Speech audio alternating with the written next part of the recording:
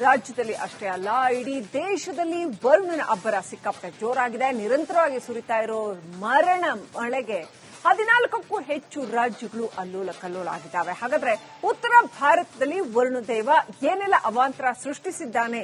Complete report ಎಲ್ಲಿದೆ?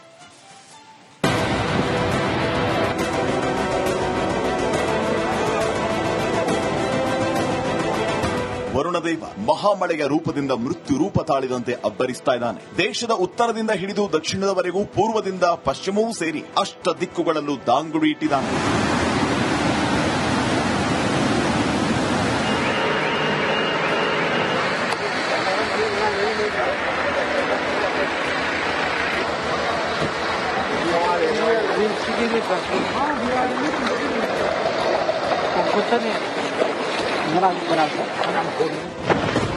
ಮೇಘ ಸ್ಫೋಟಕ್ಕೆ ಬೆಚ್ಚಿಬಿದ್ದ ಹಿಮಾಚಲ ಪ್ರದೇಶ, ಮಳೆ ಅಬ್ಬರ ಅಸ್ಸಾಂ, ಕೇರಳ ತತ್ತರ.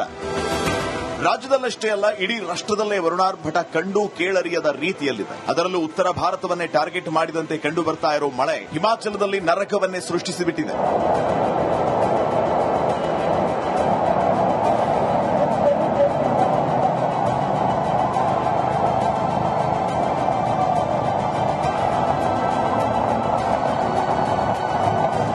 ಜಮ್ಮು ಕಾಶ್ಮೀರದಲ್ಲಿ ಮಳೆಯ ಆರ್ಭಟ ಜೋರಾಗಿದೆ. ಬಿಟ್ಟು ಬಿಡದೆ ಸುರಿತಾ ಇರೋ ವರುಣ ಅವಾಂತರಗಳನ್ನೇ ಸೃಷ್ಟಿ ಮಾಡಿದ್ದಾನೆ. ನಿರಂತರವಾಗಿ ಬಿಟ್ಟು ಬಿಡದೆ ಸುರಿತಾ ಇರೋ ಮಳೆಗೆ ಜಮ್ಮು ಕಾಶ್ಮೀರದ ಕತುವಾದ ಹಲವು ಭಾಗಗಳು ಜಲಾವೃತವಾಗಿದೆ. ಇನ್ನು ನಡುಗಡ್ಡೆಯಲ್ಲಿ ಸಿಕ್ಕಾಕೊಂಡಿದ್ದ ಹಲವರನ್ನ ರಕ್ಷಣೆ ಮಾಡಲಾಗ್ತಾ ಇದೆ. ಈ ವೇಳೆ ನದಿ ದಾಟುವಾಗ ರಕ್ಷಣಾ ಸಿಬ್ಬಂದಿ ನೀರಲ್ಲಿ ಕೊಚ್ಚಿ ಹೋಗಿದ್ದಾನೆ. ತಕ್ಷಣ ಮತ್ತೋರ್ವ ಸಿಬ್ಬಂದಿ ಸಹಾಯಕ್ಕೆ ಬಂದ ಹಿನ್ನೆಲೆ ಸಿಬ್ಬಂದಿ ರಕ್ಷಣೆ ಮಾಡಿದ್ದಾನೆ.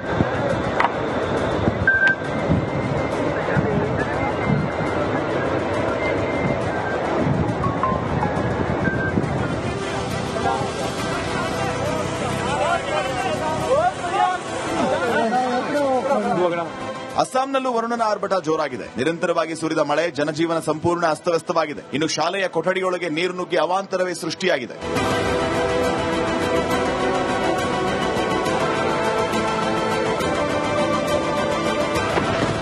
ಭೀಕರ ಮಳೆಗೆ ಕುಸಿದ 2 ಅಂತಸ್ತಿನ ಕಟ್ಟಡ, 3 ವಲಸೆ ಕಾರ್ಮಿಕರು ಸ್ಥಳದಲ್ಲೇ ಸಾವು.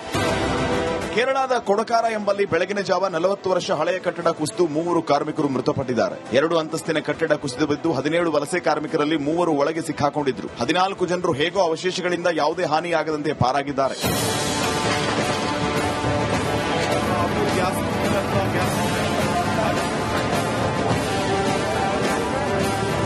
ಕೊಚ್ಚಿಯಲ್ಲೂ ವರುಣದೇವ ಅಬ್ಬರಿಸಿ ಬೊಬ್ಬಿರಿತಾ ಇದ್ದಾನೆ. ನದಿಗಳು ಉಕ್ಕಿ ಹರಿತಾ ಇದ್ದು ತಗ್ಗು ಪ್ರದೇಶಗಳು ಸಂಪೂರ್ಣ ಜಲಾವೃತವಾಗಿದೆ. ದೇಗುಲ ಸಂಪೂರ್ಣ ಮುಳುಗಡೆಯಾಗಿದೆ.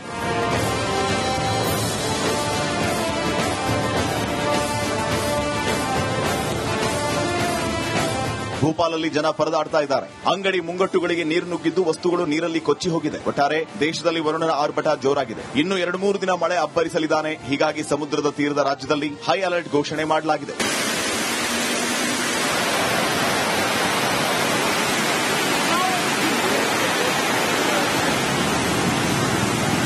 News bureau, republic Kannada. ರಾಜ್ಯದಲ್ಲಿ ಅಷ್ಟೇ ಅಲ್ಲ, ಇಡೀ ದೇಶದಲ್ಲಿ ವರುಣನ ಅಬ್ಬರ ಸಿಕ್ಕಾಪಟ್ಟೆ ಜೋರಾಗಿದೆ. ನಿರಂತರವಾಗಿ ಸುರಿತಾ ಇರೋ ಮರಣ ಮಳೆಗೆ 14ಕ್ಕೂ ಹೆಚ್ಚು ರಾಜ್ಯಗಳು ಅಲ್ಲೋಲ ಕಲ್ಲೋಲ ಆಗಿದ್ದಾವೆ. ಹಾಗಾದ್ರೆ ಉತ್ತರ ಭಾರತದಲ್ಲಿ ವರುಣದೇವ ಏನೆಲ್ಲ ಅವಾಂತರ ಸೃಷ್ಟಿಸಿದ್ದಾನೆ? ಕಂಪ್ಲೀಟ್ ರಿಪೋರ್ಟ್ ಎಲ್ಲಿದೆ?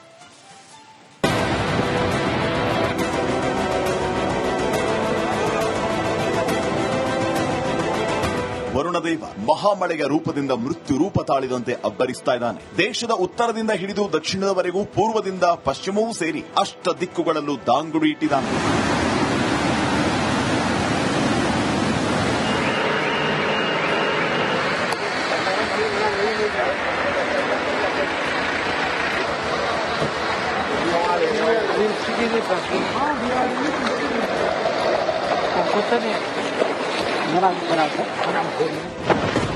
ಮೇಘ ಸ್ಫೋಟಕ್ಕೆ ಬೆಚ್ಚಿಬಿದ್ದ ಹಿಮಾಚಲ ಪ್ರದೇಶ, ಮಳೆ ಅಬ್ಬರ ಅಸ್ಸಾಂ, ಕೇರಳ ತತ್ತರ. ರಾಜ್ಯದಲ್ಲಷ್ಟೇ ಅಲ್ಲ, ಇಡೀ ರಾಷ್ಟ್ರದಲ್ಲೇ ವರುಣಾರ್ಭಟ ಕಂಡು ಕೇಳರಿಯದ ರೀತಿಯಲ್ಲಿದೆ. ಅದರಲ್ಲೂ ಉತ್ತರ ಭಾರತವನ್ನೇ ಟಾರ್ಗೆಟ್ ಮಾಡಿದಂತೆ ಕಂಡು ಬರ್ತಾ ಇರೋ ಮಳೆ ಹಿಮಾಚಲದಲ್ಲಿ ನರಕವನ್ನೇ ಸೃಷ್ಟಿಸಿಬಿಟ್ಟಿದೆ.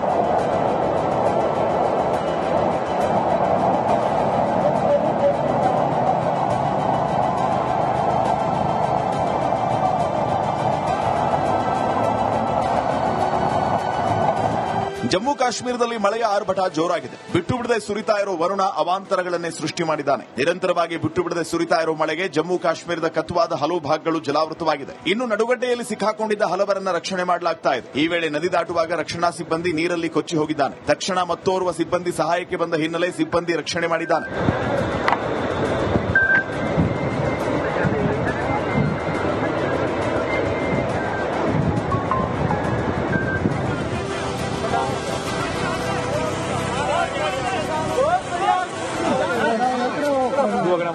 ಅಸ್ಸಾಂನಲ್ಲೂ ವರುಣನ ಆರ್ಭಟ ಜೋರಾಗಿದೆ. ನಿರಂತರವಾಗಿ ಸುರಿದ ಮಳೆ ಜನಜೀವನ ಸಂಪೂರ್ಣ ಅಸ್ತವ್ಯಸ್ತವಾಗಿದೆ. ಇನ್ನು ಶಾಲೆಯ ಕೊಠಡಿಯೊಳಗೆ ನೀರು ನುಗ್ಗಿ ಅವಾಂತರವೇ ಸೃಷ್ಟಿಯಾಗಿದೆ.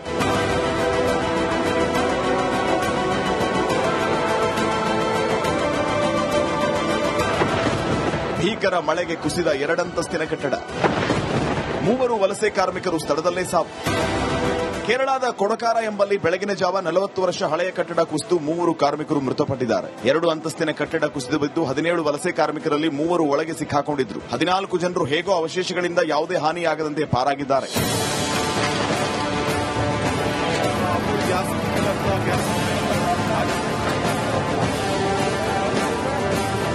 ಕೊಚ್ಚಿಯಲ್ಲೂ ವರುಣದೇವ ಅಬ್ಬರಿಸಿ ಬೊಬ್ಬಿರಿತಾ ಇದ್ದಾನೆ. ನದಿಗಳು ಉಕ್ಕಿ ಹರಿತಾ ಇದ್ದು ತಗ್ಗು ಪ್ರದೇಶಗಳು ಸಂಪೂರ್ಣ ಜಲಾವೃತವಾಗಿದೆ. ದೇಗುಲ ಸಂಪೂರ್ಣ ಮುಳುಗಡೆಯಾಗಿದೆ.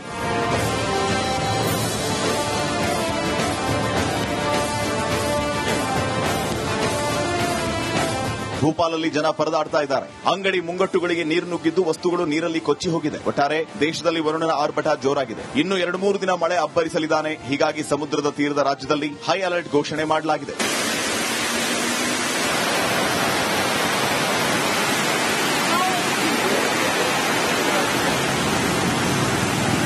News bureau, republic Kannada. ರಾಜ್ಯದಲ್ಲಿ ಅಷ್ಟೇ ಅಲ್ಲ, ಇಡೀ ದೇಶದಲ್ಲಿ ವರುಣನ ಅಬ್ಬರ ಸಿಕ್ಕಾಪಟ್ಟೆ ಜೋರಾಗಿದೆ. ನಿರಂತರವಾಗಿ ಸುರಿತಾ ಇರೋ ಮರಣ ಮಳೆಗೆ 14ಕ್ಕೂ ಹೆಚ್ಚು ರಾಜ್ಯಗಳು ಅಲ್ಲೋಲ ಕಲ್ಲೋಲ ಆಗಿದ್ದಾವೆ. ಹಾಗಾದ್ರೆ ಉತ್ತರ ಭಾರತದಲ್ಲಿ ವರುಣದೇವ ಏನೆಲ್ಲ ಅವಾಂತರ ಸೃಷ್ಟಿಸಿದ್ದಾನೆ? ಕಂಪ್ಲೀಟ್ ರಿಪೋರ್ಟ್ ಎಲ್ಲಿದೆ?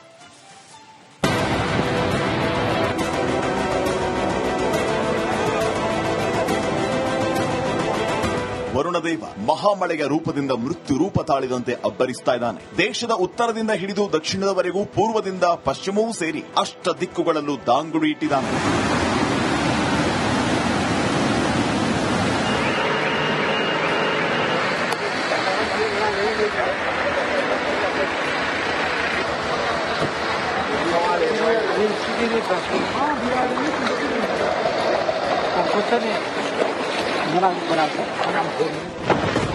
ಮೇಘ ಸ್ಫೋಟಕ್ಕೆ ಬೆಚ್ಚಿಬಿದ್ದ ಹಿಮಾಚಲ ಪ್ರದೇಶ.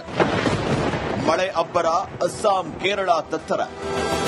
ರಾಜ್ಯದಲ್ಲಷ್ಟೇ ಅಲ್ಲ, ಇಡೀ ರಾಷ್ಟ್ರದಲ್ಲೇ ವರುಣಾರ್ಭಟ ಕಂಡು ಕೇಳರಿಯದ ರೀತಿಯಲ್ಲಿದೆ. ಅದರಲ್ಲೂ ಉತ್ತರ ಭಾರತವನ್ನೇ ಟಾರ್ಗೆಟ್ ಮಾಡಿದಂತೆ ಕಂಡು ಬರ್ತಾ ಇರೋ ಮಳೆ ಹಿಮಾಚಲದಲ್ಲಿ ನರಕವನ್ನೇ ಸೃಷ್ಟಿಸಿಬಿಟ್ಟಿದೆ.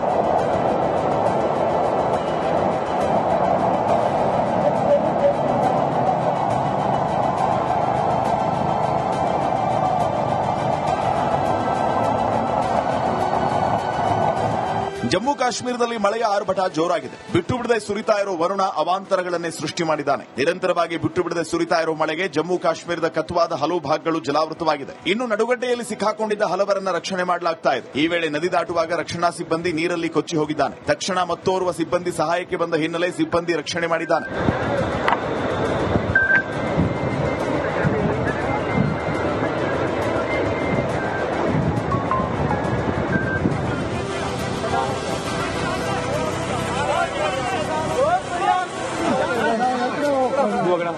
ಅಸ್ಸಾಂನಲ್ಲೂ ವರುಣನ ಆರ್ಭಟ ಜೋರಾಗಿದೆ. ನಿರಂತರವಾಗಿ ಸುರಿದ ಮಳೆ ಜನಜೀವನ ಸಂಪೂರ್ಣ ಅಸ್ತವ್ಯಸ್ತವಾಗಿದೆ. ಇನ್ನು ಶಾಲೆಯ ಕೊಠಡಿಯೊಳಗೆ ನೀರು ನುಗ್ಗಿ ಅವಾಂತರವೇ ಸೃಷ್ಟಿಯಾಗಿದೆ.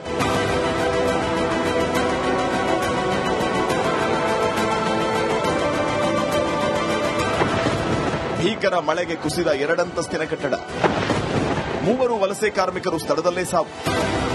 ಕೇರಳದ ಕೊಡಕಾರ ಎಂಬಲ್ಲಿ ಬೆಳಗಿನ ಜಾವ 40 ವರ್ಷ ಹಳೆಯ ಕಟ್ಟಡ ಕುಸಿದು 3 ಕಾರ್ಮಿಕರು ಮೃತಪಟ್ಟಿದ್ದಾರೆ. 2 ಅಂತಸ್ತಿನ ಕಟ್ಟಡ ಕುಸಿದು ಬಿದ್ದು 17 ವಲಸೆ ಕಾರ್ಮಿಕರಲ್ಲಿ 3 ಒಳಗೆ ಸಿಕ್ಕಾಕೊಂಡಿದ್ರು. 14 ಜನರು ಹೇಗೋ ಅವಶೇಷಗಳಿಂದ ಯಾವುದೇ ಹಾನಿಯಾಗದಂತೆ ಪಾರಾಗಿದ್ದಾರೆ.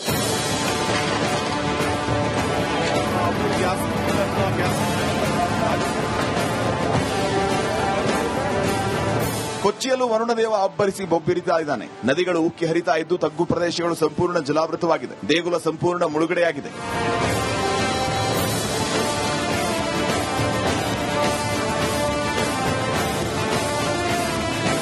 ಭೂಪಾಲಲ್ಲಿ ಜನ ಪರದಾಡ್ತಾ ಇದ್ದಾರೆ. ಅಂಗಡಿ ಮುಂಗಟ್ಟುಗಳಿಗೆ ನೀರು ನುಗ್ಗಿದ್ದು ವಸ್ತುಗಳು ನೀರಲ್ಲಿ ಕೊಚ್ಚಿ ಹೋಗಿದೆ. ಒಟ್ಟಾರೆ ದೇಶದಲ್ಲಿ ವರುಣನ ಆರ್ಭಟ ಜೋರಾಗಿದೆ. ಇನ್ನು 2-3 ದಿನ ಮಳೆ ಅಬ್ಬರಿಸಲಿದ್ದಾನೆ. ಹೀಗಾಗಿ ಸಮುದ್ರದ ತೀರದ ರಾಜ್ಯದಲ್ಲಿ ಹೈ ಅಲರ್ಟ್ ಘೋಷಣೆ ಮಾಡಲಾಗಿದೆ.